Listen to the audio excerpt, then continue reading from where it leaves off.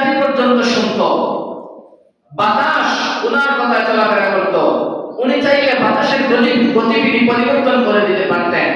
এত ক্ষমতা আল্লাহ তাআলা সুলাইমান আলাইহিস সালামকে দিয়েছিলেন, এত ক্ষমতা দিয়েছিলেন। সুলাইমান আলাইহিস সালামের জামানায় অন্য একটা রাষ্ট্রের মধ্যে একজন রানী ছিল, যার নাম ছিল রানী বিলকিস। নাম কি ছিল? রানী বিলকিস। ঘটনাক্রমে সুলাইমান আলাইহিস সালাম ওই রানী বিলকিসকে তলব করেছেন। লম্বা ঘটনা, আমি ওইদিকে যাব না। ওই রানী বিলকিসকে সুলাইমান আলাইহিস সালাম তলব করেছেন ওনার দরবারে আসার জন্য, ওনার সামনে হাজির হওয়ার জন্য ওনাকে খবর পাঠিয়েছেন, তলব করেছেন। তো রানী বিলকিস আসতে বাধ্য, কারণ পুরো পৃথিবীর শাসন করতে হবে সুলাইমান আলাইহিস সালাম। তো উনি খবর পাঠিয়েছেন রানী বিলকিস আসতেছে। সুলাইমান আলাইহিস সালাম ওনার সৈন্যবাহিনী যারা ছিল, জিন জাতি, মানুষ জাতি, পাখি জাতি, যত ধরনের সৈন্যবাহিনী ছিল সবাইকে সামনে নিয়ে ঘোষণা দিলেন যে রানী বিলকিস আমার দরবারে আসবে, কিন্তু আমার কিছু মর্যাদা আমি তাকে দেখাইতে চাই, আমার পাওয়ার আমি তাকে দেখাইতে চাই, আমার শক্তি সামর্থ্য আমি তাকে দেখাইতে চাই। রানী বিলকিস আমার দরবারে আসার আগে তার যে সিংহাসন, যেখানে বসে সে তার রাজ্য পরিচালনা করে, তার আধিপত্য দেখাইতে চায়, তার আধিপত্য দেখায় ওই সিংহাসনটা, ওই মস্তকটা রানী বিলকিস আসার আগে আগে আমার সামনে হাজির করতে পারবা, কে আছো? এই ঘোষণা যখন দিয়েছেন তখন একজন জিন, যার নাম ইফরিত, যার নাম কি? ইফরিত। এই জিন দাঁড়াইছে, দাঁড়ায় বলে আলা ইফরিতুম মিনাল জিন্নি, আলা ইফরিতুম মিনাল জিন্নি আনা আতিকা বিহি ক্বাবলা আন তাকুমা মিন মাকামি। ওই ইফরিত নামক জিন দাঁড়ায় বলে, ও আল্লাহর পয়গম্বর সুলাইমান, ও আমাদের বাদশা সুলাইমান, আমি আপনার আদেশ পালন করতে পারবো। আমি ওই রানী বিলকিস আসার আগে আগে রানী বিলকিসের সিংহাসনটা, তার মস্তকটা আপনার সামনে হাজির করব। বলে তোমার কত সময় লাগবে? জিন্নাত ইফরিত নামক জিন ডাকে বলে আনা আতিকা বিহি ক্বাবলা আন তাকুমা মিন মাকামি। ও সুলাইমান, আপনি যে বসা আছেন, আপনি বসা থেকে দাঁড়াইতে যত সময় লাগবে, এত সময়ের ভিতরে আমি তার মস্তকটা আপনার সামনে হাজির করে দেব। বলেন সুবহানাল্লাহ।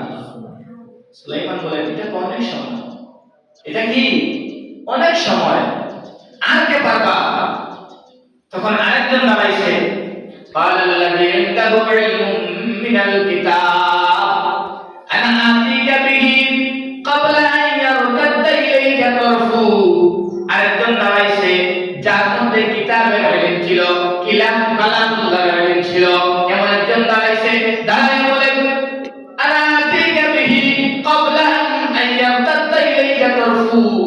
আল্লাহর পয়গম্বর, আমি রানী বিলকিসের সিংহাসনটা, রানী বিলকিসের মস্তকটা আপনার দরবারে হাজির করে দেব, আমার সময় লাগবে। আপনার চোখের পলক ফেলতে যত সময়, এর ভিতরে আমি ওই রানী বিলকিসের মস্তকটা আপনার সামনে হাজির করে দেব। বলেন সুবহানাল্লাহ। তো এই যে এই কিতাবের ইলমওয়ালা ব্যক্তি, উনি চোখের পলক ফেলতে ফেলতে রানী বিলকিসের মস্তকটা সুলাইমান আলাইহিস সালামের দরবারে হাজির করলেন। এটা বাতাসের সাহায্যে ছিল। কিসের সাহায্যে? বাতাসের সাহায্যে। সুলাইমান আলাইহিস সালাম বলেন, এই যে আমাকে বাতাসের নিয়ন্ত্রণ দেওয়া হলো, এই যে আমাকে এত ক্ষমতা দেওয়া হলো, এত ক্ষমতার পাওয়ার, এত শক্তি সামর্থ্য আমাকে দেওয়া হলো, এগুলো আমার নিজের কোনো ক্রেডিট না, এগুলো আমার নিজের কোনো পাওয়ার না, আমার নিজের কোনো শক্তি সামর্থ্য না, এগুলো সব হলো আমার আল্লাহ তাআলার দয়া। এত বড় নবী, এত মর্যাদা পেয়েছেন, এত নিয়ামত পেয়েছেন, এত শক্তি সামর্থ্য পেয়েছেন, কি বলছেন? এগুলো আমার আল্লাহর দয়া। সুলাইমান আলাইহিস সালাম বলেন, হাদা মিন ফাদলি রাব্বি, এই সব হলো আমার রবের দয়া। লিয়াবলুয়ানি আশকুরু আম আকফুরু, ওয়া মান শাকারা ফা ইন্নামা ইয়াশকুরু লিনাফসি, ওয়া মান কাফারা ফা ইন্না রাব্বি গানিয়ুন কারীম। সুলাইমান আলাইহিস সালাতু ওয়াস সালাম বলেন, হাযা মিন ফাদলি রাব্বি, এগুলো হলো আমার রবের দয়া, এগুলো হলো আমার প্রতিপালকের দয়া, এগুলো হলো আমার আল্লাহ তাআলার দয়া। আমার আল্লাহ তাআলা আমাকে এই শক্তি সামর্থ্য দিয়া, আমার আল্লাহ তাআলা এই গুণ আমাকে দিয়া, এই মুজিজা আমাকে দিয়া আল্লাহ দেখতে চান বান্দা আল্লাহ তাআলা কুফরি করে না শুকরিয়া করে। লিয়াবলুয়ানি আশকুরু আম আকফুরু, শুকরিয়া আদায় করে না কুফরি করে।